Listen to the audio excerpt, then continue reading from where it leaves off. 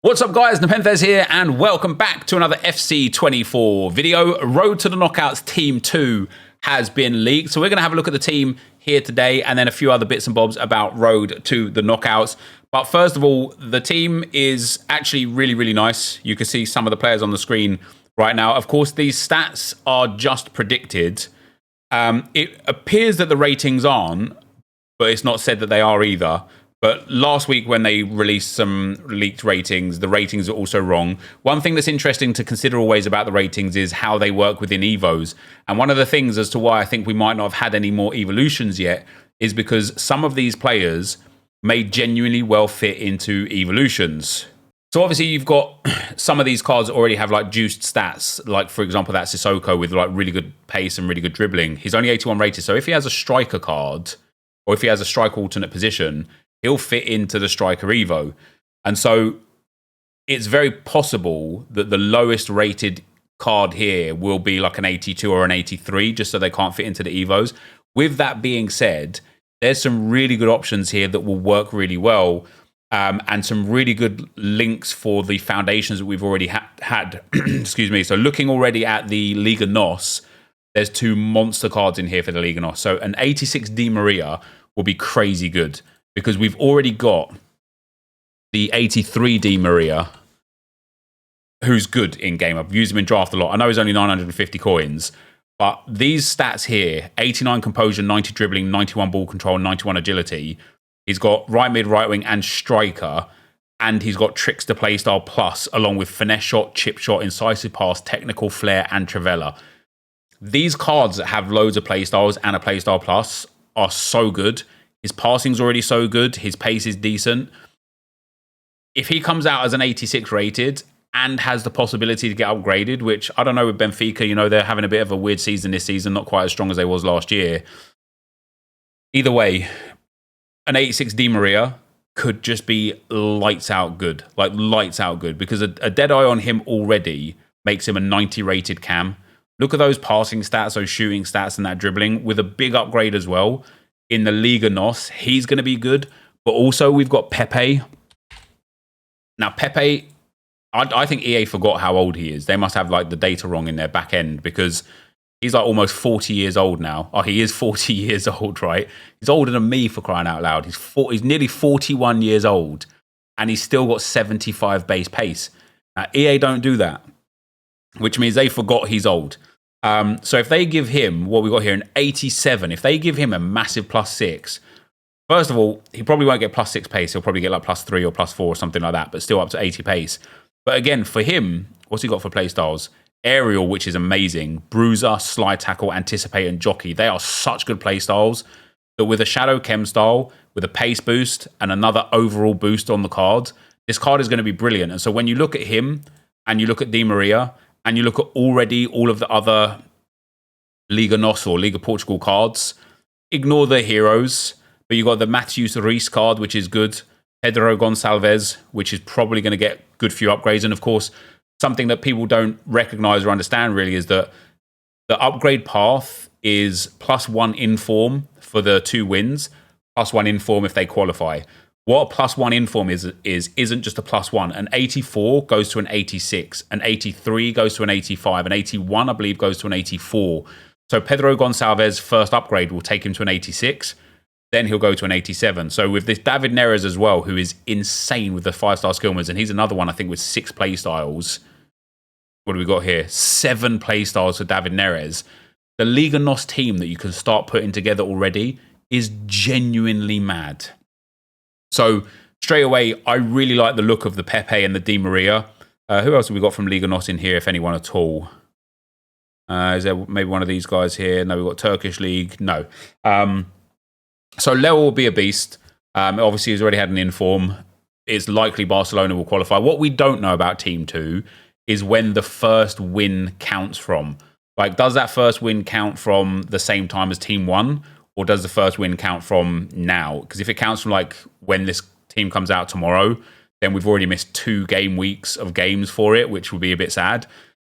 But Leo could be a beast. You know, he's got incredible in-game stats. He's not the fastest per se, but he's very good. Dembele, of course, man, if he gets to an 89, he's the weirdest card, is Dembele, because his 86 is basically his 83 from last year, just 86 rated instead, which is mad. However, with Dembele, he's got rapid playstyle plus flair, trickster, and quick step, which are really good playstyles for him. He needs a little boost in reactions, composure, maybe a little boost in physical for the stamina. If he gets boosted up to an 89, I mean, based on yesterday's performance against Newcastle, it's very possible that the PSG don't win 2 games and don't get qualified. But if they do, and he can go up to a 90 and then a 91, even when that final upgrade comes in like the middle of December for the qualification, a 91 Ousmane Dembele will still be absolutely ludicrous in this game. We've got Luka Modric, who already is a really nice gold card. He's got the playstyle plus of Trivela, which is good, especially for the contextual shooting. You don't have to hold the left trigger when you do the outside of the foot shots. It's really, really nice. But he's 4-star, which is nice. And he's got really good stats in passing, shooting, and dribbling. So if Modric can get a good pace upgrade and a good defending upgrade, he becomes way better of a well-rounded card. Also got a lot of play styles, which is great. And I think is underrated in the game, genuinely, and has some really good links with Real Madrid as well. They've got some really good meta players in the game this year, or just like strong players in the game this year. And talking about Jude Bellingham, guys, he's not getting Player of the Month. Kubo has won Player of the Month, which is a bit sad, but Modric can be really, really tidy as far as an 89 goes. Acuna, man, I love this guy. I know he gets a card every single year, or let's look at his generations, right? Last year, he got 2 non-performance-based special cards. You could argue that the World Cup one was performance-based. The year before, he had the Headliners card. The year before, he had the Showdown, and then arguably one of the greatest cards in the history of FIFA with the Summer Heat or Festival of Football, whatever it was. The year before, Butmus, what was this one? Shapeshifters card as well into a centre mid role. The year before, a team of the season. A couple of years before that, a nice big team of the season as well, back when he was in the Argentine League. What I really like about Acuna is he's actually really, really already suited for a centre mid. You pop a shadow on him. He's got great pace, very good physicals, good passing, good shooting from range, good defending, good dribbling. Comes in as an 86 DM, 3-star, 3-star, but he's got 7 play styles again, which is mad. So the fact that he's got that left mid as an option, if he gets a big upgrade, what have they got him as? An 87. If he gets a +2 on this card, and then you start him in at left mid and just move him into the DM role, I don't know what Sevilla are saying. Let me have a look at the Champions League groups here and see what Sevilla have got. So Sevilla against Eindhoven, Arsenal, and Lens, and they've got Arsenal in the next 2 games. Likely that they get absolutely slapped about in both of those, senseless. So he's probably, you know what, on Acuna, Sevilla have only got 2 points from their first 2 games. I actually would bank that they don't get qualified through to the next round. I'd probably, if I had to guess at this stage, which I know we're early days, we're only 2 games into it, two games into the group stage, but I think Lens and Arsenal will be the 2 teams that qualify. So I'm not sure Acuna will be eligible for many upgrades, but I still think he'll be a beast of a card. Darmian in at centre-back looks good. A little low on physical, but hopefully they get, we've seen it with some of the team of the weeks with pace, where they've given like a massive pace boost to slow defenders. I wonder if they do the same sort of thing with someone like Darmian, where he's got reasonable pace, good defending, good dribbling. I wonder if they give him like a big boost in physical to help that card just become into the fray a little bit. And then we've got Pedro, who will have the 4-star, 5-star, and obviously could use a hell of a pace upgrade. And Serginho Dest, again, a PSV player. It's unlikely he's going to get any upgrades. He'll struggle, that's for sure. And then some of the other cards that we've got going on here. Nemanja Matic, I mean, he is definitely going to have to be one of those cards that has a wild pace upgrade, right? Yeah. Oh, the glow up on him could be amazing, couldn't it? What do they have him down as for rating? 84. Man, if they give him a +3 in defending, physical, passing, and shooting, but like 40 pace and maybe like 30 agility and balance, he actually becomes a mad card in game. He used to be a card as well. Back in the day, he used to have a card, what was it, an 84 rated card, I think it was. This one here was, no, maybe this one. Maybe this one. I don't know. I'm old, so I've been playing this game for so long. There was 1 year anyway where Nemanja Matic had a really good, really usable card in game. And he was one of the go-to starting like DMs. I think it was when he was at Chelsea. I'm probably thinking of this one. I think FIFA 17. He was very good. So this card could be pretty legit. Stade Rennais. I don't know what their likelihood is of. Let me go to Europa League real quick and have a look. What are we saying for Stade Rennais? Where are they placed right now? They've got in their group Panathinaikos, Villarreal, and Maccabi Haifa. They won their first game 3-0. Yeah, I could certainly see them qualifying out of that group. I could see them getting the wins against Panathinaikos and Maccabi Haifa, struggling against Villarreal perhaps, but he's absolutely eligible for both upgrades, I reckon. So his first upgrade, for example, will go to an 86. We've got Bergwijn for Ajax. Now, I personally wouldn't trust Ajax as far as I could throw them this season. They have been awful at the start of this season. They got a 3-3 draw with Marseille in the first game, mind you. They've got Brighton and Athens in the other games. I could definitely see them getting wins against Athens, so Bergwijn could be a nice little card. And if he gets a big upgrade, he's always been somebody in FIFA that's been good, isn't he? Bergwijn's always been like a solid player in a game. I don't know who I clicked on there. Forsberg. Never mind. Yeah, he could get a nice upgrade. See, and he's one of these players as well. Like, if he doesn't get upgraded as an 84, next season when we get some like new Evos as an 84, he could get upgraded as well. Because, I mean, we can already upgrade him to an 85. Now, that's going to be interesting, isn't it? You can already get him evolved up to this 85 rated card. I wonder what that's going to do to his price. Because if he's like eligible for a couple of upgrades, then calm, you can get him up to an 87. But when you can already get an 85 rated Evoed Bergwijn, that's going to be interesting to see how his price works with that. We've got our traditional yearly Aouar cards for Roma. We've got Jonathan Klaus for Marseille in Ajax's group there. So again, you'd expect Marseille to get a couple of wins against Athens. Athens, even though Athens beat Brighton in the first game, maybe I'm underestimating them. And then we've got a third player from that group in João Pedro. So here's the play, right? The play is to go and buy Matic, Bergwijn, Klaus. No, not Matic. Bergwijn, Klaus, and João Pedro. And then you're guaranteed to get success out of that one way or another. One will fail, two may fail, one will succeed, two may succeed. We've got Hector the goal protector at Real Betis. He always gets a special card as well. He had not a season card. He had I can't remember what it was, not flashback, but something like that previous year, which was really good. And then Hincapi looks insane, man. 84 pace. Well, again, these stats aren't necessarily like real, but his base card, 82 pace, is ridiculous. Even if he doesn't get much of a pace upgrade, a +1 or a +2, he's already got reasonable passing and really nice defending for a centre-back. He's 6 foot tall, which is good. A big defending and physical boost for him. And the fact that he's a Bayer Leverkusen player, so gets that great link with Grimaldo and Frimpong. You could actually run a really sick like Bayer Leverkusen backline. And then Sissoko for Toulouse. I don't know. I don't really know how good Toulouse are as far as the team goes. So didn't they only get promoted like a year ago or 2 years ago? So mad for them to be in European football already. Yeah, there's some good cards here. There's some really nice cards here.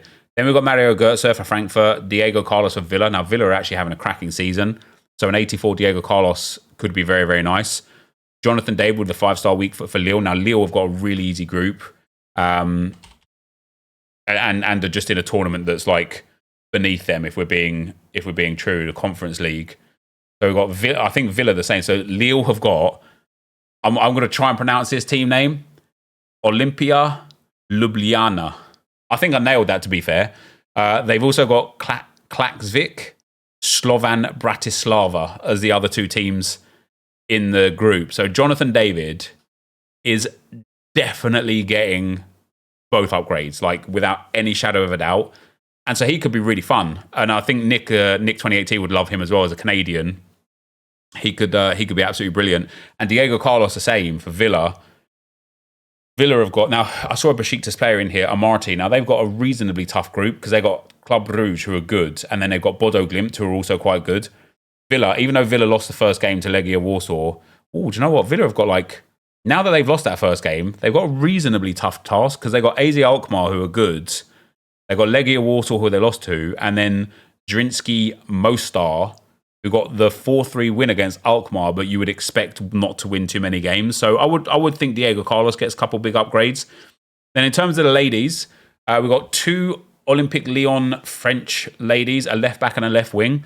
Bacha, I apologise if I butchered her name, already is look at that, she's a 50k card as a left back, left wing back, left wing. She's got whipped cross, 4-star skill moves, 7 play styles altogether, the 1 play style plus and 6 other play styles, including block, dead ball, which is a really good one, anticipate, which is a really good one, technical, quick step, and for me, one of the best ones in the whole game is relentless, and she's got that.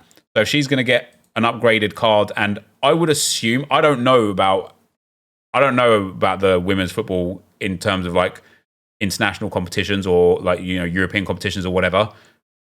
I would assume that Lyon have a chance. If she gets upgrades, and obviously the women can get up to +3 as well. So if she goes up to a 90 rated, that card is going to be mad. And then you've got Millard as well. Lyon clear. Oh, are they? So Lyon are one of the best teams. So Millard as well. 3-star, 4-star sucks a little bit. Trivella and acrobatic only.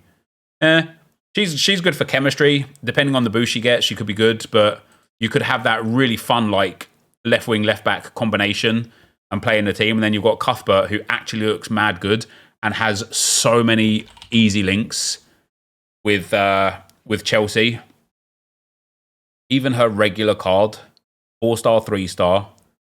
Holy smokes, 7 play styles, power shot, ping pass, whip pass, anticipate, press proven, relentless, and Trivella. A special card for her. I don't know what the Chelsea women are like, but again, the interesting thing about the women is they can get up to 3 upgrades, so her going up to an 88 could be absolutely mad.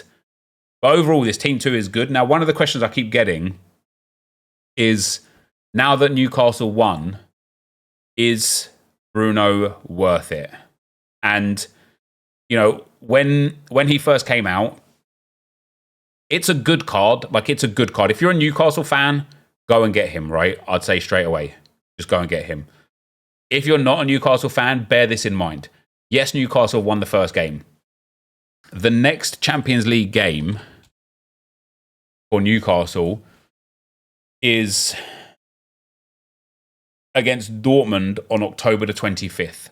So that's 20 days away from now, 3 weeks away from now. Let's assume that they do win that. That means that we're not going to assume that EA are going to update it straight away either.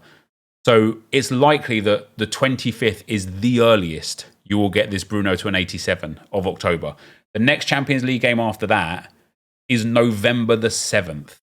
So if Newcastle don't win against Dortmund in either of those games and then rely on the next Champions League game, it's November the 28th, right?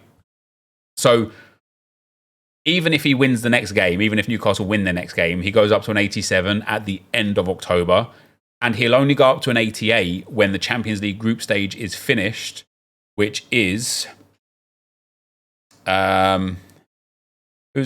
else was in Newcastle's group? Can't even remember. It was in December, the last game, isn't it? Milan, December the 13th. So it will be the middle of December when this card gets upgraded to an 88. So what I would say is this worth it? For 260,000 coins, think about where the game will be in 2.5 months' time when this card becomes an 88. Will he still be in your squad? What will the power curve look like? I believe that right now he'll be very good, right? I think with a Shadow Chem style, he's a 90 rated DM. I think his stats are crazy, even though he's only 3-star, 3-star. I've used Declan Rice and Thomas Partey in this game a lot, and I think those kind of big defensive midfielders really have a place in this game. So yeah, I think Bruno Guimaraes for right now will be really good. I just don't think that for this price it's worth it unless you're a Newcastle fan or unless you just have a mad amount of excess fodder. And then for Kudus, is Kudus still there? He is. For silver, I definitely think you should go and do him because he's nice and cheap. So yeah, for Kudus, I like it, right? Because West Ham have got